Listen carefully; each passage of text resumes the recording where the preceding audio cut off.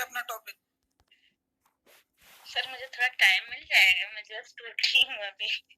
चलो okay okay, कोई नहीं, नेक्स्ट हम शुरू करते हैं, आप बाद में बोल देना, ठीक है? Okay sir. Good morning to जी गुड मॉर्निंग विकास जी, बोलिए। आज का मेरा टॉपिक है ग्रुप ऑफ 7 कंट्रीज। तो मैं ग्रुप ऑफ 7 कंट्रीज पे डिस्कशन करूँगा। फर्स्ट ऑफ ऑल इसकी फॉर्मेशन 25 मार्च 1973 को हुआ था।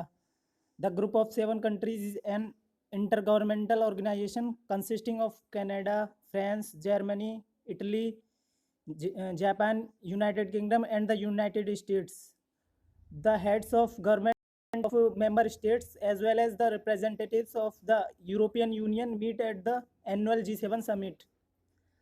Boris Johnson has proposed the 5-point plan for 47th G7 summit, which includes to prevent future pandemics, a worldwide network of zoonotic research hubs, developing global manufacturing capacities for treatments and vaccines, the design of a global early warning system, the agreement of global protocols for the future health emergency, and reduction of trade barriers, also expected to focus on climate change.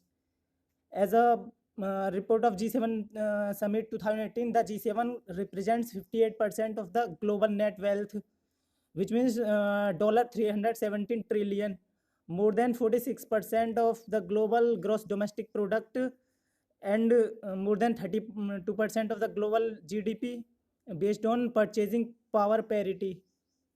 Venue of 47th G7 summit is Caribbean Bay, which is in Cornwall.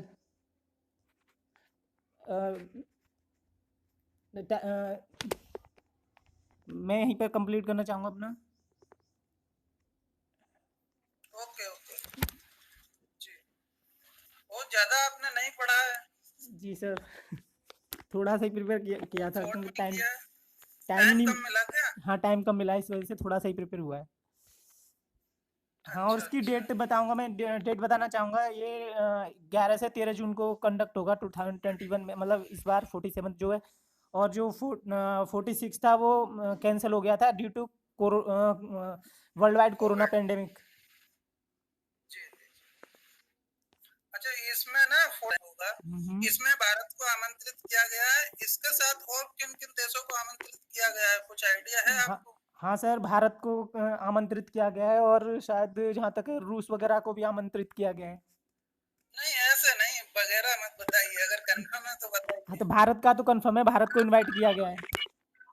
Bharat का तो मैंने ही बता दिया, confirm है। अच्छा चलो ये और जो पीएम मनमोहन से उनके नेतृत्व में ये 5 बार भाग ले चुका है। ठीक है सर, ठीक है। हाँ चलो कोई नहीं, तुमने कम ही पढ़ा है, लेकिन थोड़ा सा ना और अच्छे से, कल तो मैंने ज्यादा टाइम दिया, और पिछले जो हुए हैं हम लोगों के मीट, उससे ज्यादा टाइम कल वाले में मिला। हाँ लेकिन चलो कोई नहीं, आगे से थोड़ा और अच्छे से करना है ना। ठीक है ठीक है, धन्यवाद। पूजा जी भी नहीं जुड़ी हैं तो चलो कोई नहीं, फिर हम नेक्स्ट। और ये कुंज राजपूत जी हैं। जी सर। जी जी, आवाज आ रही है आपके पास? जी सर आ रही है। Good morning sir. जी जी जी, गुड मॉर्निंग। आप अपना टॉपिक, जी जी आप अपना टॉपिक शुरू कीजिए। जी, आईएमएफ का टॉपिक है। जो आईएमएफ की स्थापना ब्रेटन वुड्स कॉन्सेप्ट के तहत 27 दिसंबर 1945 में की गई थी। इसकी जो स्थापना की गई थी वो द्वितीय विश्व युद्ध के बाद वैश्विक अर्थव्यवस्था में स्थिरता लाने तथा बीओपी पर नजर रखने के लिए की गई थी। यह एक अंतर सरकारी संगठन है जिसका हेडक्वार्टर वॉशिंगटन डीसी में स्थित है। अगर हम इसके सदस्यों की बात करें तो वर्तमान में 189 इसके सदस्य हैं और लास्ट में नॉर्वे को जोड़ा गया था इसमें। और इसकी एमडी जो है इसके क्रिस्टिना जॉर्जिया है प्रेजेंट में, और चीफ इकोनॉमिस्ट गीता गोपीनाथ है इसकी जो है। इसकी अगर हम उद्देश्य की बात करें, मुख्यतः इसके 4 उद्देश्य हैं। नंबर फर्स्ट, अंतर्राष्ट्रीय मुद्रा सहयोग को बढ़ावा देना, बहुपक्षीय भुगतान संतुलन प्रणाली की स्थापना करना, विनिमय दर में स्थिरता लाना, और इसमें जो है वैश्विक अर्थव्यवस्था में स्थिरता लाने के लिए डाटा कलेक्ट करना और देशों के साथ साझा करना, ताकि ताकि जो है 2008 में जो मंदी आई थी ऐसी इससे दोबारा पैदा ना हो। और इसका जो हम कार्यों की बात करें तो इसका मुख्य कार्य क्या है कि जो सदस्य देश होते हैं उनके लिए जो बैलेंस ऑफ पेमेंट संकट होता है उसको निपटने के लिए ये शॉर्ट टर्म लोन प्रदान करता है ये, और ये एक अस्थायी सहायता होती है। और इसमें जो है जो भी निर्णय लिए जाते हैं वोटिंग के आधार पे दिए जाते हैं।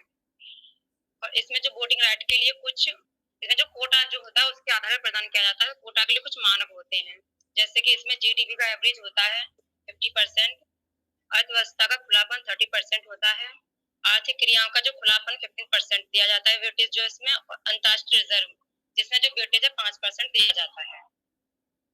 अगर इसमें भारत की स्थिति की बात करें, जो कोटा है उसमें भारत का 8वां नंबर पे स्थान आता है, और इसमें जो कोटा 2.78% है, और जो फर्स्ट नंबर पे इसमें सर्वाधिक जो है यूएसए का कोटा है लगभग 43%। और इसमें कुछ इम्पोर्टेंट रिपोर्ट वगैरह जारी करता है ये आईएमएफ जो है। सबसे जो इम्पोर्टेंट रिपोर्ट है इसमें है वर्ल्ड इकोनॉमिक आउटलुक रिपोर्ट, और दूसरी जो है इसमें है ग्लोबल स्टेबिलिटी रिपोर्ट। इसमें कुछ और टर्मिनोलॉजी है जैसे कि एसटीआर है, इसमें स्पेशल ड्राइंग राइट जो कि एग्जाम पूछा जाता है इसमें। इसको हम आर्टिफिशियल करेंसी या पेपर गोल्ड भी बोलते हैं। इसमें जो है बास्केट ऑफ करेंसी होते हैं जिसमें मेनली 5 मुद्रा शामिल है, जैसे डॉलर यूएसए का, यूरो है जो यूरोपियन यूनियन का एक करेंसी है, युआन जो कि चाइनाई करेंसी है, येन जापानी करेंसी, और पाउंड स्टर्लिंग जो कि यूके की करेंसी है।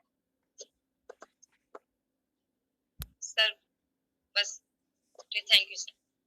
Okay okay. अच्छा, आपने जो मतलब कंट्री जो बताए 189, जी सर। आप थोड़ा कंफर्म करना है ना, इसे मतलब चेक कर लेना 190 है शायद। नहीं सर, शायद 189 है जो लास्ट में नौरू को जोड़ा गया था। नहीं, वो 189 था नौरू, लेकिन आप ना चेक कर लेना एक बार। मुझे शायद कुछ अभी करंट का ही कुछ ध्यान आ रहा है, तो मैं भी कंफर्म नहीं हूँ। ठीक है, अच्छा, अब चेक कर लेना एक बार, है ना। जी जी। ओ, अच्छा, आपने जो बताया था इसमें जो जी जी जी मुख्य अर्थशास्त्री जो गीता गोपीनाथ को जो बताया था, जी जी जी जी, वो वहाँ पे मतलब आईएमएफ से पहले किस पद पर तैनात थी? सर वो सर मैं रिकॉल नहीं कर पाया, लेकिन वो उसमें थी पहले से भी उसमें जो है ये सर नहीं पता उसका जो। अच्छा, भारत में किस पद पर थी वो? सॉरी सर नहीं पता मुझे। अच्छा अच्छा, कुछ आइडिया नहीं। कोई नहीं, वो केरल राज्य में थी सीएम, हाँ, मतलब जी आर्थिक सलाहकार थी केरल राज्य के जो सीएम थे। अच्छा वहीं से वो वहां पे गई थी आईएमएफ में, उसी के नहीं, बाद। ये तो पता है केरल से थी, लेकिन वो क्या थी वहां पर, उनके क्या वो था मतलब ये नहीं पता मुझे इसके बारे में। अच्छा अच्छा, चलो चलो, कोई दिक्कत नहीं। और भारत कब शामिल हुआ था आईएमएफ में? वो तो जैसे स्टेबल उसकी स्थापना हुई थी तभी 1945 से ही शामिल है इसमें। जी जी, चलो ठीक है, ठीक है ना, धन्यवाद। Thank you. जी जी। नेक्स्ट इसमें शायद कुबेर भी नहीं जुड़े हैं अभी। अच्छा, कोई दिक्कत। चलो, नवीन नवीन भाई जुड़े हैं। नवीन भाई, आप शुरू कीजिए।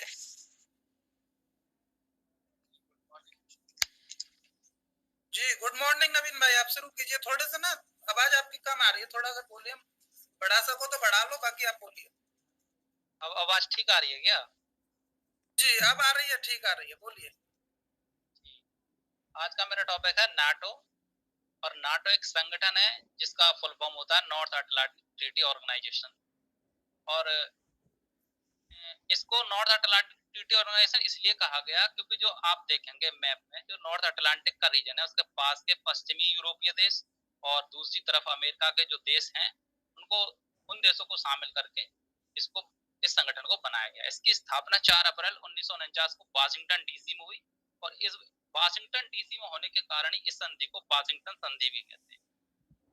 वर्तमान में इसके महासचिव जेंस स्टोलटेनबर्ग हैं जो नॉर्वे के पीएम हैं। और हाल ही में इसमें 2 बाल्कन्स कंट्री को शामिल किया गया है नाटो में। इस समय वर्तमान में 30 देश हैं, जिसमें से 2 बाल्कन्स देश मोंटेनेग्रो मैसेडोनिया को हाल ही में जोड़ा गया। मोंटेनेग्रो 2017 में नाटो से जुड़ा और मैसेडोनिया 2019 में नाटो से जुड़ा है। इस समय 30 देश हैं लेकिन जब इस नाटो का गठन हुआ था तब इसमें कुल 12 देश थे। फ्रांस एक ऐसा देश रहा जो जिसने नाटो को 1996 में छोड़ दिया और 2009 में पुनः नाटो में शामिल हुआ। इसकी स्थापना का जो मेन कारण है वो ये है कि जब द्वितीय विश्व युद्ध खत्म हुआ तो उसके पश्चात दो महाशक्तियां जैसे कि यूएसए और यूएसएसआर का उदय हुआ। इन उदय के बाद आप देखेंगे यूएस एक पूंजीवादी देश है और यूएसएसआर में एक साम्यवादी विचारधारा। तो साम्यवादी विचारधारा से बचने के लिए पूंजीवादी देशों ने मिलकर एक संगठन बनाया और इस संगठन में मुख्यतः जो पश्चिमी यूरोपीय देश और यूएसए ने मिलकर इस संगठन को, इसका नाम देख नाटो। ये उस समय सैन्य गठबंधन था और इसका मुख्य कार्य था यूएसएसआर की जो साम्यवादी विचारधारा उसको रोकना।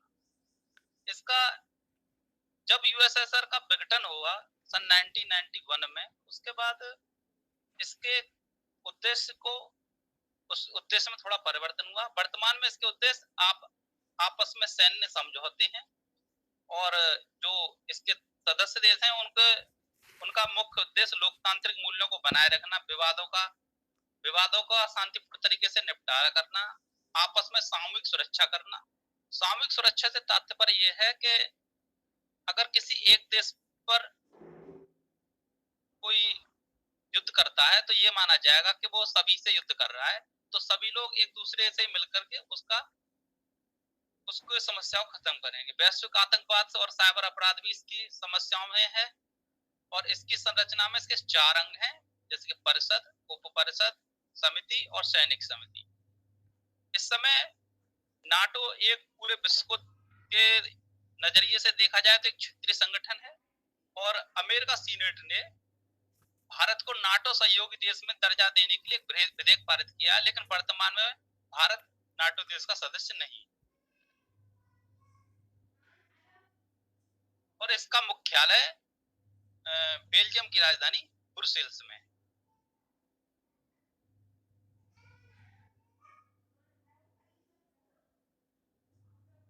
ठीक, थैंक यू सर, इतना ही था शायद। जी नहीं, आपने काफी मतलब सब पॉइंट लगभग कवर कर लिए। अच्छा, इसका ना इसमें जो है नाटो में इसमें एक आर्टिकल 5 है जो मतलब इसका आर्टिकल 5 ये कहता है कि यदि यूरोप या उत्तरी अमेरिका में संगठन के किसी सदस्य पर हमला किया जाता है तो उसे सभी सदस्यों पर हमला माना जाएगा। जी हाँ जी।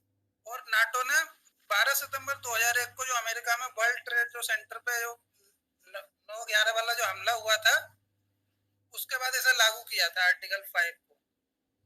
अच्छा। तो हाँ, तो उसके में आपको कुछ आइडिया है कि उसके बाद और कितनी बार लागू किया गया है आर्टिकल 5? नहीं, ऐसा कोई आइडिया नहीं, मैंने केवल पढ़ा था आर्टिकल 5 के बारे में जब 2001 में जब हुआ था तब। हाँ, तभी वो एक ही बार लागू किया गया है, ठीक है। उसके बाद फिर जरूरत भी नहीं पड़ी है, वो अभी तक एक ही बार किया गया था उसी समय। अच्छा, फ्रेंच में से उल्टा पढ़ते हैं शायद, मैंने पढ़ा था OTAN नाटो फ्रेंच लैंग्वेज। वो उनका अपना वाला है, ठीक है।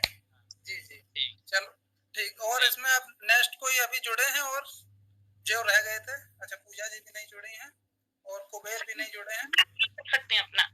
जी पूनम जी आप बोलिए फिर। Okay sir, thank you sir. मेरा टॉपिक है यूनिसेफ। जी, मैं इसके बारे में कुछ बताना चाहती हूँ जो मैंने अपना थोड़ा सा प्रिपरेशन किया है। जी। तो यूनिसेफ की स्थापना हुई थी 11 दिसंबर 1946 को। उस समय इसका नाम था संयुक्त राष्ट्र अंतर्राष्ट्रीय बाल आपातकालीन कोष। इसकी स्थापना का जो मुख्य उद्देश्य था, द्वितीय विश्व युद्ध के बाद जो सभी देशों में तबाही हुई थी उसके बाद बच्चों और माताओं को आपातकालीन स्थिति में भोजन और स्वास्थ्य सेवाएं उपलब्ध कराना इनका मेन उद्देश्य था। 1950 के आसपास विकासशील देशों में भी बच्चों और महिलाओं के दीर्घकालीन जरूरतों को पूरा करने के लिए इसके दायरे को थोड़ा बढ़ाया गया। 1953 में यूएन का अस्थायी हिस्सा अंतर्राष्ट्रीय और सॉरी 1953 में यूएन को अस्थायी हिस्सा बनाया गया, अस्थायी पार्ट बना दिया गया, और उस टाइम अंतरराष्ट्रीय एवं आपातकालीन शब्दों को हटा दिया गया। इसका हेडक्वार्टर आई थिंक न्यूयॉर्क में है। कुछ समय बाद ही आई थिंक 1950 में ही इसका नाम बदल के संयुक्त राष्ट्र बाल कोष कर दिया गया था, लेकिन तब भी इसको शॉर्ट फॉर्म यूनिसेफ इसको एज सच रखा गया। इसकी वित्तीय स्थिति के बारे में मैं थोड़ा सा आपको बताना चाहूंगी कि ये विभिन्न सरकारों और निजी जो एनजीओज होते हैं, निजी डोनर्स होते हैं, क्या कहेंगे उससे, हाँ निजी डोनर्स ही हैं, उन लोगों की सहायता से ये चलता है।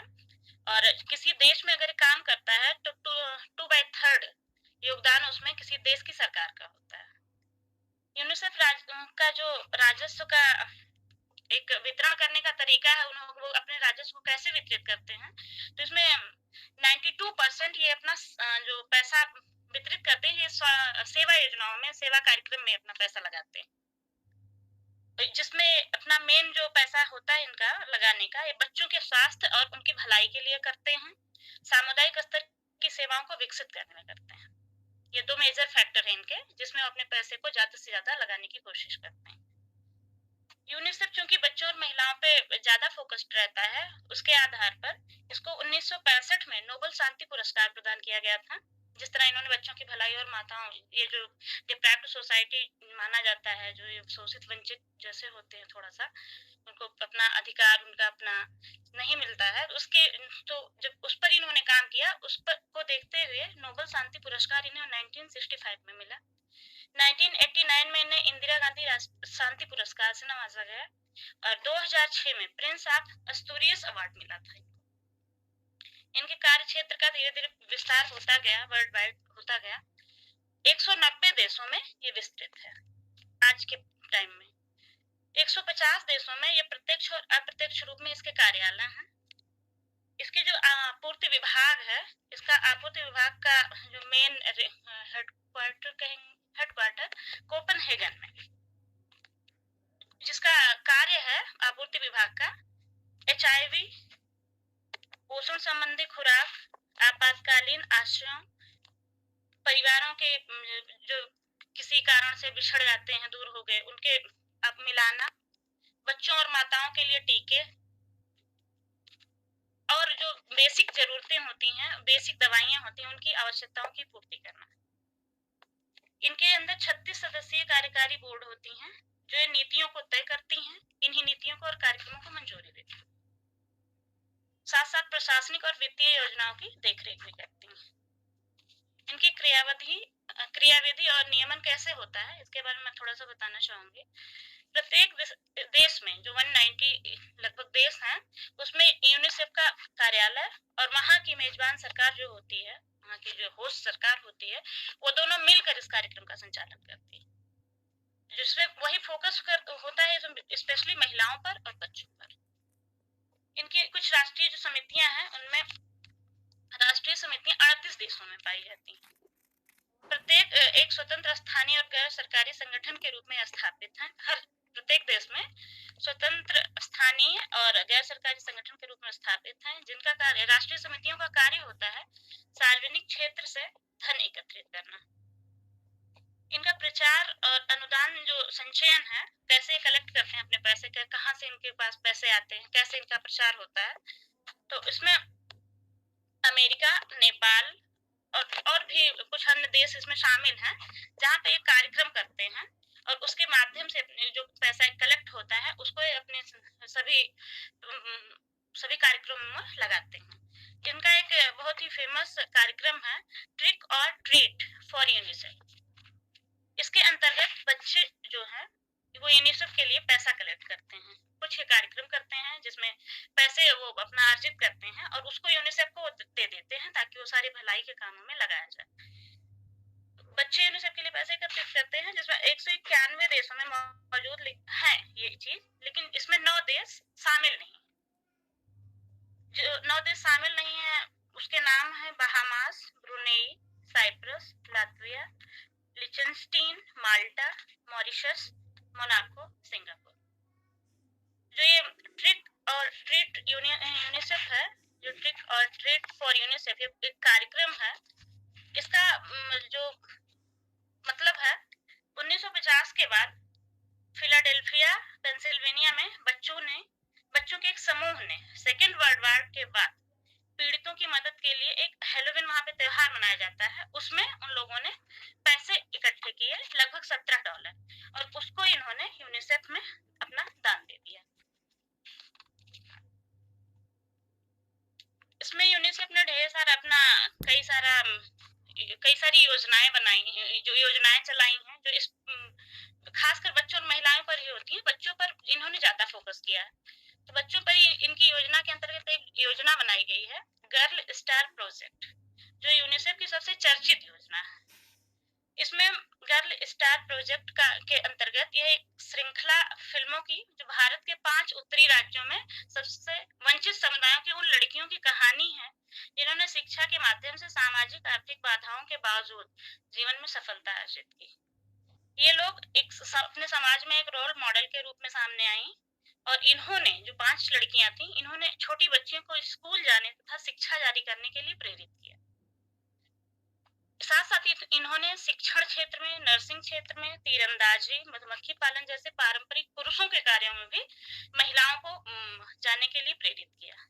ये जो गर्ल स्टार प्रोजेक्ट है, ये यूनिसेफ की सबसे चर्चित प्रोजेक्ट है। साथ इसके बाद इनका एक और प्रोग्राम है किड्स यूनाइटेड, जिसमें 2000 से 2007 के बीच पैदा हुए कुछ 4 बच्चों का एक फ्रांसीसी संगीत समूह है। इसका उद्देश्य है यूनिसेफ अभियानों का समर्थन करना। इसी प्रकार इनके और कुछ प्रोग्राम्स हैं, जैसे सेलिब्रिटी राजदूत है। ये अपने अपने जो प्रोजेक्ट बनाना होता है, उसमें ये सारे बच्चों, महिलाओं से रिलेटेड काम करने के चीजों को आगे बढ़ाते हैं, प्रेरित करते हैं, प्रचार करते हैं। इनका कुछ और अवसंरचनात्मक सुविधाएं भी इन्होंने दी हैं, जैसे इन्होंने यूनिसेफ वर्ल्ड हाउस बनाया है। इसमें कुछ एक बड़ा सा कुछ एकड़ में इन्होंने घर बनाया है, जिसमें बेसिक सुविधाएं देते हुए जो घर से बेघर हो गए हैं या किसी भी प्रॉब्लम में रह करके अकेले हैं, रहने की जगह नहीं है, उनको एक घर मतलब रहने का प्रदान करते हैं। इनका यूनिसेफ का इनोसेंट रिसर्च सेंटर है, जहाँ पे बच्चों के लिए और इन लोगों के लिए रिसर्च करते हैं, कैसे उनकी मानसिक स्थिति है, कैसे उनकी सामाजिक सारी उनकी स्थितियों को, आर्थिक, सामाजिक, राजनीतिक चीजों को देखते हुए ये बच्चों पर रिसर्च करते हैं कि उनका मानसिक स्थिति क्या है। इन्होंने गोद लेने के कार्यक्रम को प्रमोट किया है कि कैसे बच्चों को जो होते हैं उन्हें गोद लिया जा सकता है। कुछ जो प्रोविजन है, इन्होंने उस पर आगे बहुत काम किया है। शिशु मृत्यु दर देशों में जैसे होती है, तो उस पर इन्होंने अपना रिसर्च किया कि क्यों होती है, उनके पोषण संबंधी, स्वास्थ्य संबंधी चीजों कहाँ कमी रह जाती है, जिससे शिशु मृत्यु दर बहुत ज्यादा हो रही है, ये बहुत कम हो रही है, उस चीज को ये देखते हैं। भारत में जो इनका योगदान है, भारत में इनके योगदान में एक बहुत बड़ा दायरा है। इन्होंने वही, जैसे कि मैंने पहले बताया है, कि महिलाओं और बच्चों के पोषण संबंधी चीजों को भी ध्यान देते हैं, माताओं और मातृत्व और शिशु स्वास्थ्य पर विशेष फोकस करते हैं। देश में पानी की समस्या, कहाँ पानी साफ है, कहाँ गंदा है, कहाँ तक पहुंच है, कहाँ तक नहीं पहुंच है, उस पर भी अपना कार्यक्रम चलाते हैं, उसके माध्यम से लोगों को प्रोवाइड कराते हैं। स्वच्छता पर विशेष ध्यान देते हैं, सफाई और शिक्षा पर भी अपना कार्यक्रम चलाते हैं। बच्चों की सुरक्षा के साथ साथ प्राकृतिक आपदा में बच्चों और उनके परिवारों को मदद देने संबंधी कार्यक्रमों को भी ये कार्यक्रमों को चलाते हैं डिफरेंट फेज में। और इनका जो मेन फोकस होता है मानव अधिकारों की सुरक्षा करना। सर मैं बस इतना ही पढ़ता है। Thank you. जी, बिना तैयारी का आप 10 मिनट में इतना पढ़ दिया, इतना तो मुझे 2 दिन में भी याद नहीं होता है। चलो, लेकिन ठीक है, बहुत अच्छे से बोला आपने। अच्छा, आपने जो टीकों का जो मेंशन किया, इसमें बताया कि माताओं और शिशुओं के लिए टीकाकरण करते हैं ये, तो विश्व में जो टीकाकरण नवजात शिशुओं के लिए है, उसका सबसे बड़ा आपूर्तिकर्ता कौन है? Melinda and Gates Foundation, sir मैं कंफर्म नहीं हूँ। नहीं, ये यूनिसेफ संस्था ही है। अच्छा, यूनिसेफ, हाँ, जो लगभग 3 बिलियन से अधिक टीके पूरे Yes, विश्व sir. भर में उपलब्ध कराती है। Yes sir. ठीक है, चलो ठीक है, आपने बहुत अच्छे से मतलब बहुत कम टाइम कम लिया, लेकिन बोला तो बहुत लंबा बोला एकदम। मुझे भी बहुत पॉइंट बहुत क्लियर नहीं थे, बहुत एकदम 2 दिन लग जाएंगे इतना याद करने में। चलो ठीक है, धन्यवाद। अब थैंक यू और सर। कोई जुड़ा है नया इसमें जो रह गया हो? नहीं तो फिर मैं अपना शुरू करता हूँ। ठीक है, मेरा भी अब टर्न लगभग मैं ही बचा हूँ, मुझे लग रहा है इसमें कोई और बचा नहीं है, तो मैं शुरू कर रहा हूँ। और अगर कोई क्वेश्चन आपके समझ में आए तो पूछ लीजिएगा बाद में, मैं कोशिश करूंगा। ठीक है जी, मेरा टॉपिक है आज का FAO, Food and Agriculture Organization, खाद्य और कृषि संगठन। इसका जो आदर्श वाक्य है वो है सबको रोटी मिले। संयुक्त राष्ट्र संघ तंत्र की सबसे बड़ी विशेषज्ञता प्राप्त एजेंसियों में से एक है, जिसकी स्थापना 16 अक्टूबर 1945 को कृषि उत्पादकता और ग्रामीण आबादी के जीवन निर्वाह की स्थिति में सुधार करते हुए पोषण तथा जीवन स्तर को उन्नत बनाने के उद्देश्य के साथ की गई थी। FAO की स्थापना की वर्षगांठ की याद में प्रत्येक वर्ष विश्व में 16 अक्टूबर को विश्व खाद्य दिवस मनाया जाता है। और विश्व खाद्य दिवस 2020 की थीम है grow nourish sustain together, our action are our future. विश्व खाद्य दिवस की स्थापना संगठन के 20वें जनरल सम्मेलन में 1979 में FAO के सदस्य देशों के द्वारा की गई थी। तब से इसी के बाद 1981 से विश्व खाद्य दिवस लगभग 150 से अधिक देशों में मनाया जा रहा है और भूख तथा गरीबी के पीछे समस्याओं और कारणों के बारे में जागरूकता करता है ये कार्यक्रम। और इसका मुख्यालय रोम इटली में है, जो कि 1951 में मुख्यालय वाशिंगटन से स्थानांतरित किया गया था। इटली में, रोम इटली में है। और इसके सदस्य देश हैं 197 हैं और इसके वर्तमान अध्यक्ष क्यू डोंग्यू हैं, जो चीन से प्रथम इसके अध्यक्ष हैं, जो चीन से हैं प्रथम व्यक्ति। और इसके जो प्रथम अध्यक्ष थे FAO के, वो थे जॉन ओर, और वो ब्रिटेन के थे। अब इसमें सवाल ये आता है क्या इसमें कोई मतलब भारत से भी कोई अध्यक्ष रहे हैं क्या? तो जी हाँ, वो 5 में इसके जो अध्यक्ष हैं FAO के, वो भारतीय थे। उनका नाम था विनय रंजन सेन, जो जिनका कार्यकाल था 1957 से 1967 तक। और भारत ने FAO को हाल ही में इसकी 75वीं वर्षगांठ के उपलक्ष्य में 16 अक्टूबर 2020 को इसे चिन्हित करने के लिए भारत सरकार ने 75 रुपए का स्मारक सिक्का भी जारी किया है। और इसके साथ ही प्रधानमंत्री मोदी जी ने हाल ही में विकसित 8 फसलों की 17 जैविक संवर्धित किस्में भी राष्ट्र को समर्पित की। वर्ष 2020 का जो शांति नोबेल पुरस्कार भी खाद्य और कृषि संगठन के विश्व खाद्य कार्यक्रम को दिया गया। जब खाद्य और कृषि संगठन के द्वारा विश्व खाद्य कार्यक्रम को चालू किया गया था, उस समय भारतीय सिविल सेवा के अधिकारी डॉक्टर विजय रंजन सेन FAO के महानिदेशक थे।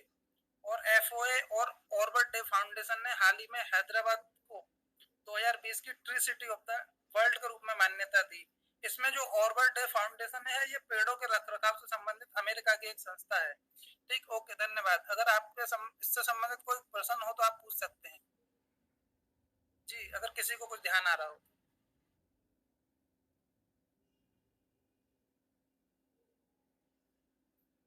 चलो, है कोई प्रश्न या नहीं है?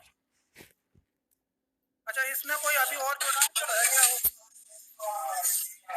सर मुझे एक बात पूछनी है, क्या पूछ सकती हूँ? जी जी जी, बोलिए। सर आज क्या रिवीजन क्लास है? नहीं, रिवीजन क्लास नहीं है ये, और इंटरनेशनल ऑर्गेनाइजेशन का डिस्कशन है आज। Okay sir. जी जी, ये मतलब प्रैक्टिस सेशन है एक टाइप का। ये प्रैक्टिस सेशन है जिसमें हम लोग अच्छे से मतलब ये संगठन तैयारी भी हो जाती है और इसमें बोलने का भी थोड़ा अभ्यास हो जाता है। ये प्रैक्टिस सेशन है, जस्ट लाइक। सर ये याद करके, ओके सर, ये याद करके बोलना है। अभी तो हम लोग बोले बोलना ही सीख रहे हैं, फिर जैसे सुविधा लगे याद करना भी बोलेंगे धीरे धीरे और तैयार भी होते जाएंगे। वैसे ये केवल प्रैक्टिस सेशन है जस्ट, इसमें कुछ मैंडेटरी नहीं है, ये केवल स्टूडेंट का ही है। जी ओके सर, वो सर एक्चुअली इसलिए पूछा क्योंकि मेरी आज 4th डे है ना, इस वजह से पूछा था। जी जी जी, हाँ, इसमें लगभग अभी एक सेशन और बचेगा। हम लोग लगभग सभी संस्थाएं डिस्कस कर चुके हैं इंटरनेशनल ऑर्गेनाइजेशन वाली। अभी एक सेशन और रहेगा इसका, वो नेक्स्ट वीक होगा। तो ये है। अभी तो हम लोग जस्ट केवल प्रैक्टिस हो रही है बोलने की, फिर धीरे धीरे बोलना भी सीख जाएंगे और ये है कि फिर बिना देखे भी बोलेंगे। अभी तो थोड़ा पॉइंट नोट भी कर लेते हैं। ओके सर, कोई नहीं। जी जी, और कोई? Thank you sir. जी जी, धन्यवाद। अच्छा, इसमें आज 2 लोग उपस्थित नहीं रहे हैं, चलो ठीक है, बाकी सब लोग बोल ही चुके हैं। जो ऑलमोस्ट हो गए। जी जी जी, हो गए। चलो ठीक है, आप सबने अपना जी जी बोलिए। जी कुंज जी, आप बोलिए।